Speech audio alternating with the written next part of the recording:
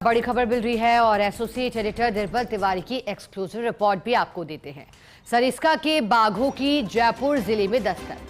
27 महीने के अंतराल के बाद जयपुर जिले में सरिस्का का एक और बाघ पहुंचा। 24 अगस्त 2022 को ST 24 अजबगढ़ से चलकर आया था जम्वाराम।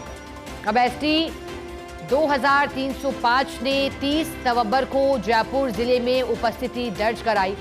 फिलहाल रायसर रेंज के दांतली नाके के कानीखोर में डाल रखा है बाघ ने डेरा, जबकि ST 24 भी रायसर रेंज के निम्भी क्षेत्र में मौजूद है। राजधानी जयपुर से ST 2305 की दूरी करीब 57 किलोमीटर है, जबकि ST 24 की दूरी करीब 35 किलोमीटर है।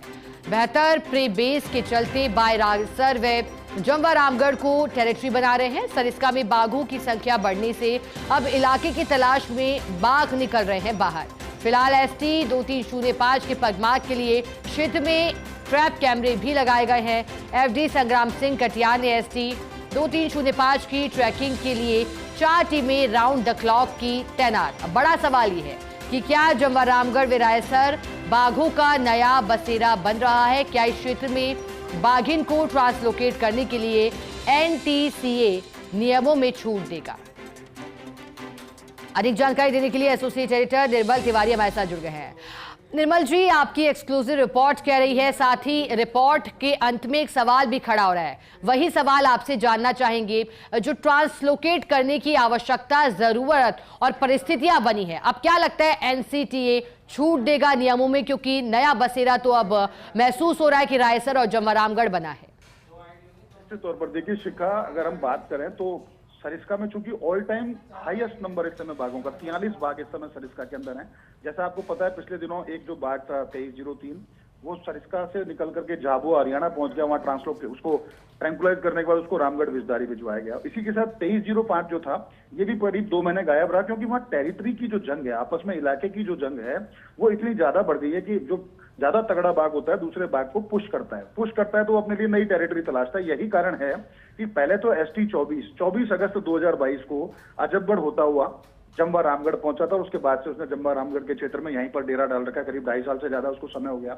अब खास बात यह कि देखिए, उसके ठीक 27 महीने बाद बाघ 2305 जिसकी हम बात कर रहे हैं, ST 2305, वो भी सरिस्का से निकल करके जम्वारामगढ़ की जो रामगढ़ के पास रायसर जो रेंज है वहां पर पहुंच गया। और रायसर रेंज के जो दांतली जो नाका है उसके पास कालीखोर जगह पड़ती है, कानीखोर, वहां पर उसने 2 दिन से डेरा डाल रखा है। खास बात यह है कि सरिस्का के बाघों को जयपुर का जो प्रे बेस है यहाँ का, जो वो पसंद आ रहा है, यहाँ का माहौल भी पसंद आ रहा है और यहाँ अपने आप को सुरक्षित भी महसूस कर रहे हैं। जयपुर जिले के अंदर 27 साल बाद बाघों की एंट्री हुई थी, पिछले 2.5 साल पहले जब ST 24 आया था, लेकिन अब 2305 आ गया। दोनों में आपस में दूरी अभी हालांकि 20-22 किलोमीटर की है, लेकिन इस बात का भी ध्यान रखना होगा जो फॉरेस्ट की टीम है उसको, कि आपस में इनमें टकराव तो कम से कम ना हो। और चूंकि 2.5-3 साल से ST 24 यहाँ पर ऑलरेडी मौजूद है, तो यहाँ पर एक फीमेल को भी ट्रांसलोकेट करना बहुत जरूरी है, लेकिन फीमेल को सिर्फ कोर क्षेत्र में ही ट्रांसलोकेट किया जा सकता है। चूंकि ये बफर एरिया है, तो ऐसे में NTCA से शिथिलता मांगनी चाहिए। और मेरे को लगता है कि CWLD जो पवन उपाध्याय है जल्दी ही NTCA से इसमें नियमों में छूट भी मांगेंगे और यहाँ पर एक फीमेल को भी ट्रांसलोकेट करने की कोशिश की जाएगी, ताकि बाघों का स्ट्रेस मैनेजमेंट किया जा सके। लेकिन फिलहाल तो अच्छी खबर भी है और थोड़ी सावचेत वाली खबर यह है कि बाघ 2305 सरिस्का से निकल करके जयपुर जिले में प्रवेश कर गया है। अब जयपुर जिले में बाघों की संख्या 2 हो गई है जो वाइल्ड में है। यानी खास बात यह है कि ST 24 और ST 2305 दोनों इस समय रायसर रेंज में है। वो निम्भी के पास है ST 24, जबकि 2305 जो है वो कानीखोर क्षेत्र में है। दोनों के बीच में भी 20-22 किलोमीटर का अंतर है। तो कोशिश ये करनी चाहिए कि जल्दी से जल्दी NTCA से इस तरह की परमिशन भी ली जाए। हमारी जब पवन उपाध्याय जी से बात हुई, उन्होंने ट्रैकिंग के लिए यहाँ ट्रैकिंग मॉनिटरिंग की राउंड द क्लॉक निगरानी के निर्देश दे रखे हैं। जो खुद फील्ड डायरेक्टर संग्राम सिंह कटियार हैं, उन्होंने भी निर्देश दिया टीमों को, 4 टीमें उन्होंने लगाई है कि यहाँ पर इसकी लगातार निगरानी रखी जाए। ऐसा ना हो कि ये किसी ऐसे इलाके में पहुंच जाए जो रिहायशी क्षेत्र और इंसान से उसका सामना हो। तो बिल्कुल निर्मल जी, आप ठीक कह रहे हैं कि ऐसे इलाके में ना पहुंचे, ये भी जरूरी